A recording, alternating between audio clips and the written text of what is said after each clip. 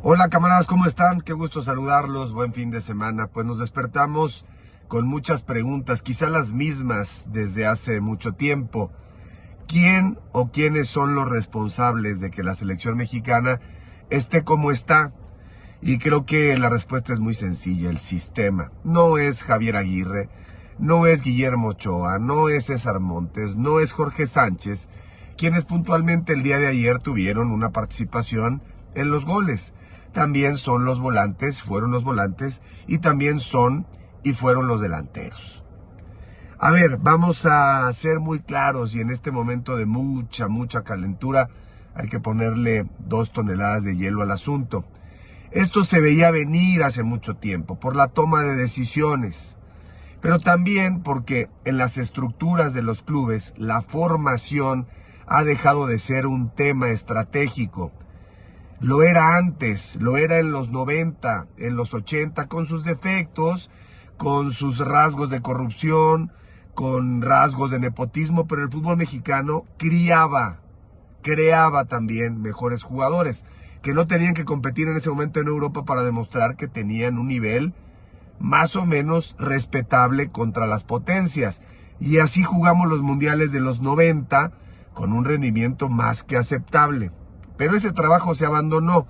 ¿Son los dueños? Sí, son los dueños porque ellos tienen que asesorarse de la gente con más experiencia y más conocimiento en la formación, que al final te deja mejores resultados económicos y deportivos.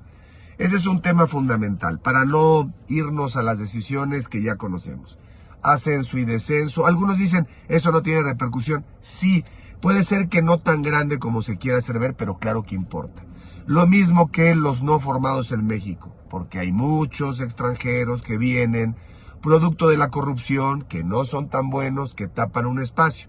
Si a eso le combinamos la variable de que no surge el talento mexicano porque no está bien formado, pues entonces tenemos efectos directamente en selección nacional.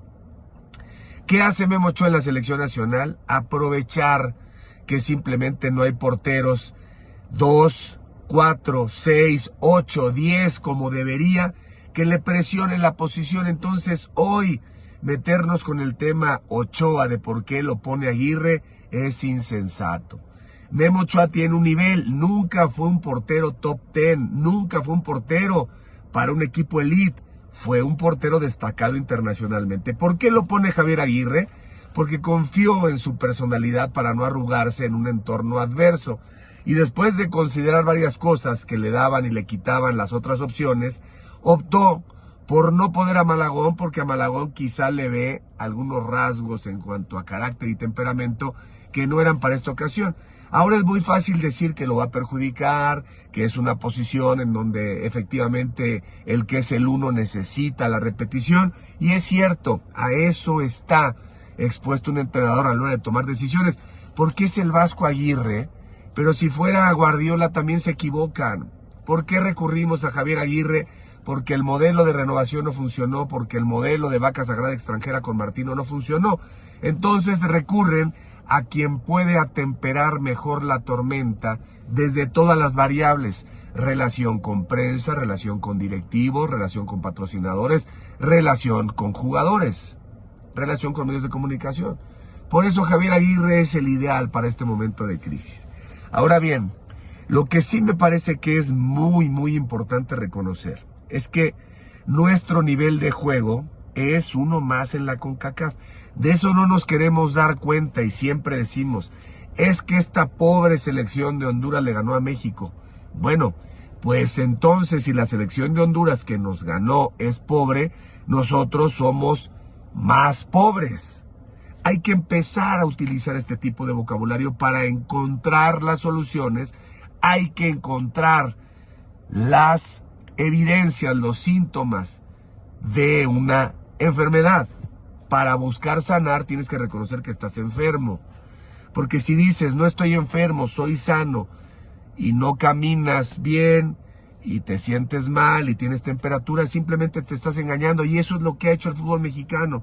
Desde todos lados se dice, es que el fútbol mexicano podría ser mucho más, pero ya no en este momento, porque las decisiones y lo que se viene trabajando mal llevan años y es progresivo. Para salir de esta hay que trabajar desde ahora muchos años más.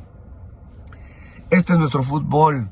Es un fútbol en el que hoy en día todas las posibilidades negativas llegan al mismo lugar. ¿A qué me refiero?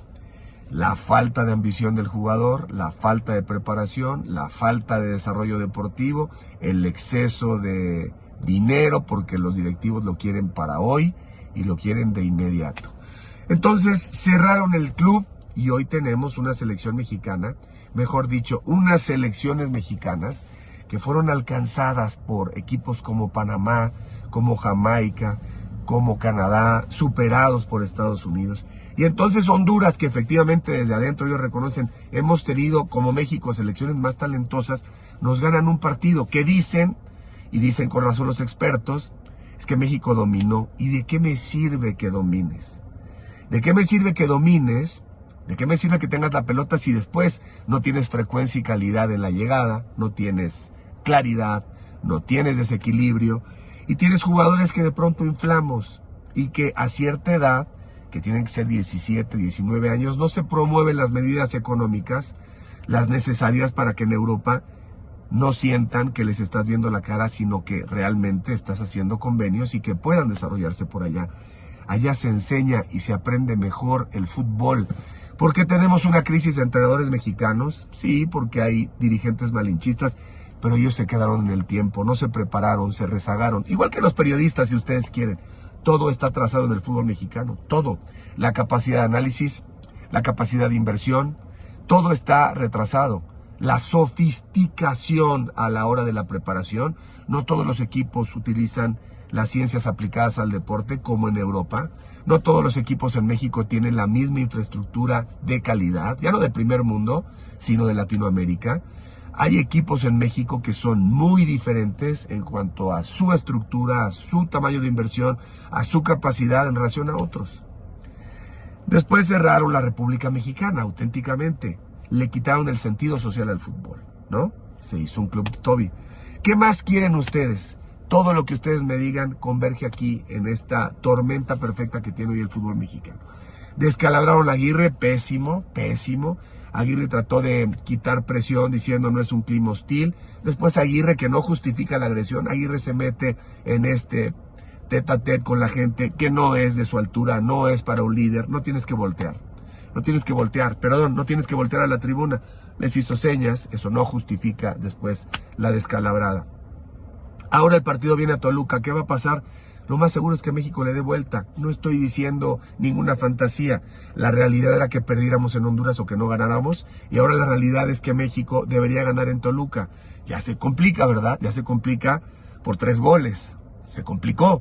Pero yo creo que este equipo mexicano ahora sí tendrá las cosas que los hondureños tuvieron en casa. Pero eso no significa que vayamos avanzando. Significa que estamos detenidos. Y que hoy es lo que tenemos porque está topado el talento del futbolista mexicano. Pero si no reconocemos desde allí, entonces empezamos con que, híjole, hubiera jugado mejor Roberto Alvarado, híjole, ¿por qué no puso a Henry Martín? Es más o menos lo mismo con los que tiene, más o menos. No es un tema de formación, no es un tema táctico, no se dejen engañar. Si hubiera puesto otros 11 Javier Aguirre en las posiciones que usted escucha en los programas de televisión, ¿por qué no este? ¿Por qué no aquel? ¿Por qué no el otro? El resultado hubiera sido el mismo. Estamos no entendiendo el problema de dimensiones imposibles de cuantificar. No es el parado del equipo, no es un tema de coberturas, no es un tema de ausencias ni de presencias. Es un tema del sistema del fútbol mexicano que está putrefacto. Por todos lados, tristemente, se veía venir, pero ellos nada más veían dinero, dinero, dinero, dinero, y ahora están más divididos que nunca y no van a encontrar la salida a menos que replanteen desde cero el modelo de creación de futbolistas y de desarrollo de futbolistas. Y otra cosa, no se nos olvide, esto también pasa por un tema cultural, el fútbol base en México está abandonado. ¿Qué es el fútbol base?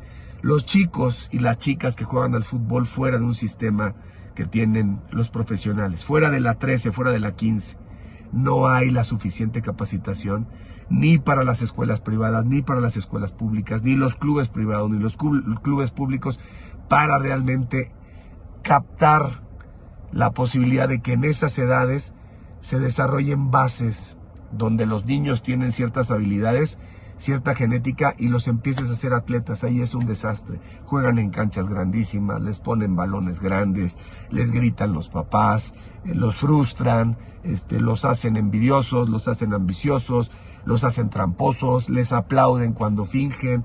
Todo esto, ¿no? En un país diabético, en un país obeso, en un país hipertenso, todas estas cosas tienen que ver. Y claro, como solamente queremos y creemos en el fútbol, los demás deportes, ya lo vimos en los Juegos Olímpicos, dicen, ¿qué húbole?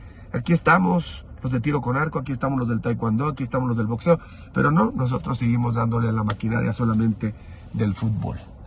Y bueno, vendrá la Copa del Mundo, y si nos va más o menos bien, no se curó nada. Y si nos va más o menos mal, no se curó nada, porque no van a poner las bases para una transformación brutal de otro nivel, porque además son soberbios, no quieren imitar otros modelos. Seguimos con esta onda de que no, en México los entrenadores, y en México la liga es bien difícil, y llegan los extranjeros para quedar bien y te dicen, no, es bien difícil jugar en México. Pamplinas, que nos digan los defectos, que nos digan dónde hay que aprender, que no lleguen de quedabienes. Los leo. Cambio y fuera, toquen la campanita, denle like, suscríbanse al canal. Cambio y fuera.